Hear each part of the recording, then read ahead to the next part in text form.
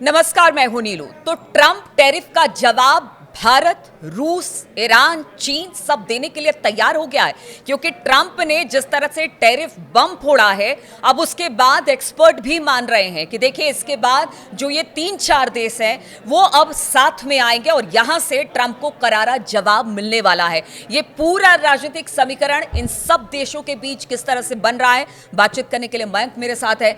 मयंक, ये बड़ी बात है, ट्रंप जिस तरह से एक एक देश को चुन चुन कर, और खास तौर पर अगर भारत रूस से तेल लेता है या फिर अगर रूस तेल बेच रहा है या चीन खरीद रहा है, तो इन सब को लेकर अब ट्रंप प्लान बना रहे हैं कि किस तरह से इनको परेशान किया जाए। क्या ऐसा हो सकता है कि ट्रंप जिस तरह से परेशान कर रहे हैं इन देशों को, उनका एक अपना गुट बन जाए और फिर ये मिलकर ट्रंप को जवाब दे? देखिए, अमेरिका के पूर्व राष्ट्रीय सुरक्षा सलाहकार हैं जॉन बोल्टन, इनकी तरफ से एक बयान सामने आया है। उन्होंने ट्रंप एडमिनिस्ट्रेशन को और ट्रंप गवर्नमेंट को आगाह करते हुए कहा है कि अगर आप भारत पर ज़्यादा टैरिफ लगाते हैं तो इसका बड़ा नतीजा होगा कि भारत, चीन और रूस ये मिलकर एक बड़ा ग्रुप बना सकते हैं। इनके बीच की दूरियां कमजोर होगी, ये इंटरनेशनल फ्रेमवर्क में एक साथ मिलकर काम करेंगे और वो अमेरिका के लिए बड़ी चुनौती होगा। देखिए, ऐसा होता दिखाई भी दे रहा है। आप देखें, कल ये खबर आई कि प्राइम मिनिस्टर मोदी जो है वो चीन की यात्रा पे जाएंगे, जिनपिंग से मुलाकात करेंगे। इसके पहले भारत के विदेश मंत्री एस जयशंकर जो है वो बीजिंग गए थे, उनकी जिनपिंग से मुलाकात हुई थी और बताया जाता है कि उसमें एक बड़ा फ्रेमवर्क तैयार किया था, जिसके बाद अब मोदी जा रहे हैं। एनएसए अजीत डोवाल मॉस्को में है, उनकी पुतिन से बात हुई है, मुलाकात हुई है, और उसके बाद बताया जाता है कि ये ट्रंप टैरिफ को लेकर एक बड़ी रणनीति पर काम होना शुरू हो गया है। और इसी बीच सिर्फ रूस, चीन और भारत की ही बात नहीं है, इस पूरे मैटर में ईरान भी शामिल है। ईरान उन चंद मुल्कों में से है जिसने जैसे ही भारत पर टैरिफ का अनाउंसमेंट हुआ, सबसे पहले भारत के साथ खड़े होने वाला मुल्क था ईरान। भारत की जो 6-7 कंपनीज पर बैन हुआ था, जो पेट्रोकेमिकल्स इंपोर्ट एक्सपोर्ट करती हैं ईरान के साथ, ईरान की तरफ से बयान आया कि अमेरिका इकोनॉमी को वेपन की तरह इस्तेमाल कर रहा है, जो बंद कर दे, और अमेरिका दुनिया को ये ना बताए कि किससे किसको क्या बिजनेस करना है। ईरान उन चंद देशों में था जो भारत के साथ खड़ा हुआ था। ईरान के साथ भी भारत का व्यापार और ऑयल का जो बिजनेस है वो अमेरिका को पसंद नहीं है, लेकिन उसके बावजूद दोनों देश जो है इस दिशा में आगे बढ़ रहे हैं। वैसे ही आप देखिए, रूस, सबसे ज्यादा आपत्ति अमेरिका को जो है वो रूस के तेल को लेकर है। इसकी बड़ी वजह जो ट्रंप बताते हैं, ट्रंप का कहना ऐसा है कि ये जो ऑयल बिजनेस से पैसा रूस कमा रहा है वो यूक्रेन वॉर में इस्तेमाल हो रहा है। अच्छा, आप कंटिन्यू करेगा, इसमें जोड़ दे। विटकॉफ जिस तरह से पुतिन से मिलकर आए, उसके बाद कहा गया कि यूक्रेन के जो कैंप था, मतलब सेना का कैंप था, उस पर हमला कर दिया गया। यानी बात नहीं मान रहे हैं पुतिन, या फिर भारत उनसे बातचीत कर रहा है या तेल खरीद रहा है। ये सब एक बड़ा कारण है, क्योंकि चुनौती देने वाला देश यही सब है जो कि आपको आपस में सहयोग बनाए हुए पहली बात ये बात समझनी पड़ेगी कि ट्रंप टैरिफ का मकसद क्या है, ट्रंप चाहते क्या है। ट्रंप को कई देशों में ठीक ठाक डील मिल गई उनके इंटरेस्ट के मुताबिक, जैसा वो चाह रहे थे।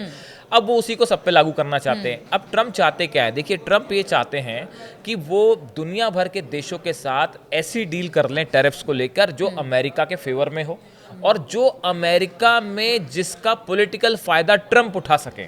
देखिए, आप ये समझिए इस बात को, अमेरिका में एक बहुत बड़ा वर्ग है, बहुत बड़ा पॉपुलेशन है जो ट्रंप की पॉलिसी से सहमत नहीं है। बिल्कुल, ये उनके तो अपने खुद के मंत्री उनको अब कह रहे हैं से सहमत नहीं है। मतलब आप जो कर रहे हैं वो ठीक नहीं कर रहे। इन हालात में ट्रंप ये चाह रहे हैं कि अमेरिका के लोगों के बीच अपनी शेखी बघारी जाए और ये बताया जाए कि भाई देखिए, हमने इतने सारे देशों के साथ ये डील कर ली है जिसका हमको बड़ा फायदा होगा, और ये पॉइंट, इसका राजनीतिक फायदा उठाना एक पहला मकसद उनका ये है। दूसरा मकसद ऑयल वाला तो जो है सो है ही कि वो नहीं चाहते कि रशिया, इसके पीछे भी एक बड़ी वजह है, अमेरिका के ऊपर लगातार दबाव है, फेडरल रिजर्व बैंक के ऊपर दबाव है कि इंटरेस्ट रेट कम करिए, इंटरेस्ट रेट कम करिए। अगर भारत रूस से अपना व्यापार ऑयल का कम कर देता है तो अमेरिका के फेडरल रिजर्व के ऊपर यह दबाव कम हो जाएगा इंटरेस्ट रेट कम करने का, क्योंकि भारत के साथ जब जैसे ही व्यापार रूस का कम होगा, क्रूड ऑयल का प्राइस बढ़ेगा और अमेरिका में इसका असर यह होगा कि इंटरेस्ट रेट कम करने का जो ट्रंप गवर्नमेंट पे दबाव है वो कम होगा। तो इस लिहाज से भी ट्रंप ये चाहते हैं कि ये डील हो जाए। लेकिन मयंक, क्या अभी की परिस्थितियों में अब जब दुनिया एक साथ एक दूसरे से के साथ मिलकर कदम ताल कर रही है, वैसे में अमेरिका जो चाहता है कि जो उसके नागरिक हैं वो बड़े अमीर हो जाएं, उनको कहीं किसी चीज़ की दिक्कत ना रहे, बाकी देश गरीब हो उनसे भाड़ में जाए, उनका कोई ये नहीं है। जिस तरह के उनके पीछे का जो कारण बताते हैं या फिर उनकी जो मंशा है, क्या ऐसे में ये पॉसिबल है कि ट्रंप कुछ भी करते रहे और पूरी दुनिया उनको सर आंखों पर बिठा कर रखे? ये बिल्कुल भी संभव नहीं है। और देखिए ऑलरेडी इस दिशा में बड़े स्तर पे काम शुरू हो गया है। भारत, चीन, रूस, ईरान, ये वो देश हैं जिनके बीच में एक बड़ा कोऑपरेशन, बड़ी चर्चा शुरू हो गई है कि ट्रंप टैरिफ जो होता है इसका असर क्या होगा। इसके स्पेकुलेशंस शुरू हो गए हैं कि इससे कितना नुकसान होगा, नए मार्केट कैसे जनरेट किए जाएं, जो चीज़ें, जिन चीज़ों के व्यापार में नुकसान होगा, जहाँ पे जो व्यापारिक घाटा जहाँ पे बढ़ेगा, जो चीज़ें महंगी होने की वजह से जिसका एक्सपोर्ट घटेगा, उनको कहाँ, कौन से नए मार्केट्स में खपाना है, कहाँ नई जगह जनरेट करना है। आप देखें इसको लेके बड़े स्तर पर चर्चाएं शुरू हो गई हैं। तो ट्रंप को एक बड़ा झटका लगता दिख रहा है जब ये 4-5 देश जो सहमत नहीं है अमेरिका से, वो एक साथ मिलके काम कर रहे हैं। दूसरी एक बड़ी चीज़ देखिए कि ट्रंप ऑलरेडी इस तरह की चर्चाएं अमेरिका में है कि ट्रंप का जो टैरिफ एक धमकियां होती हैं, ट्रंप टैरिफ जो एक हथियार की तरह इस्तेमाल कर रहे हैं, इसको लोगों ने सीरियसली लेना बंद कर दिया है। देखिए ये पूरी दुनिया में एक बड़ा असर है कि वो कई तो ऐसी मैं चर्चाएं देख रहा था रूस, अमेरिका के ही न्यूज़ टेलीविजन्स पे और न्यूज़पेपर्स में कि भाई ये जो ट्रंप टैरिफ है ये एज ए वेपन जो है ये फेल कर गया है।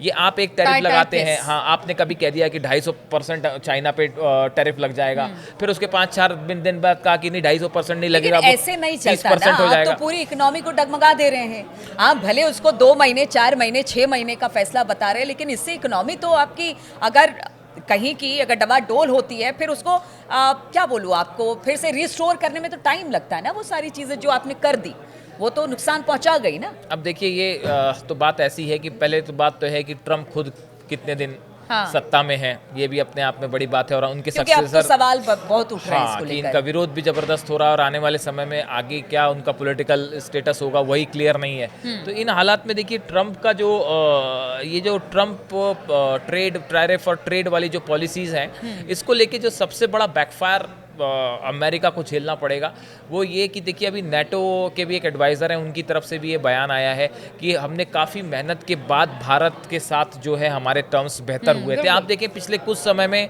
अमेरिका और भारत के बीच में थोड़े से मित्रता वाले संबंध बनने शुरू हुए थे, लेकिन इस पूरे टैरिफ प्लान के चलते आप देखें पिछले 6 महीने के अंदर एक बार फिर ये बात साबित होती दिख रही है कि भारत का जो सच्चा दोस्त है वो रूस है। बिल्कुल इस तरह की बात भारत में, और कई एक्सपर्ट्स बताते हैं कि अगर चुनना पड़े अमेरिका और रूस में एक, तो भारत को हमेशा रूस को चुनना चाहिए, रूस के साथ खड़ा होना चाहिए। और रूस हमारा वो लॉन्ग टर्म पार्टनर है जिसने किसी मुसीबत पे हमारा कभी साथ नहीं छोड़ा और हमेशा भारत की मदद की है।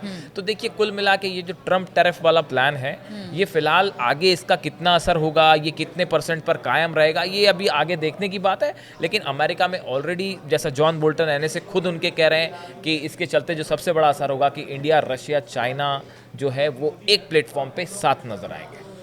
तो ट्रंप का टैरिफ जो कार्ड है, क्या वो बैकफायर कर रहा है? क्या आगे आने वाले दिनों में ट्रंप के लिए ही मुसीबत खड़ी करेगा? इस पर लगातार हमारी नजर बनी रहेगी। आप बने रहिए हमारे साथ।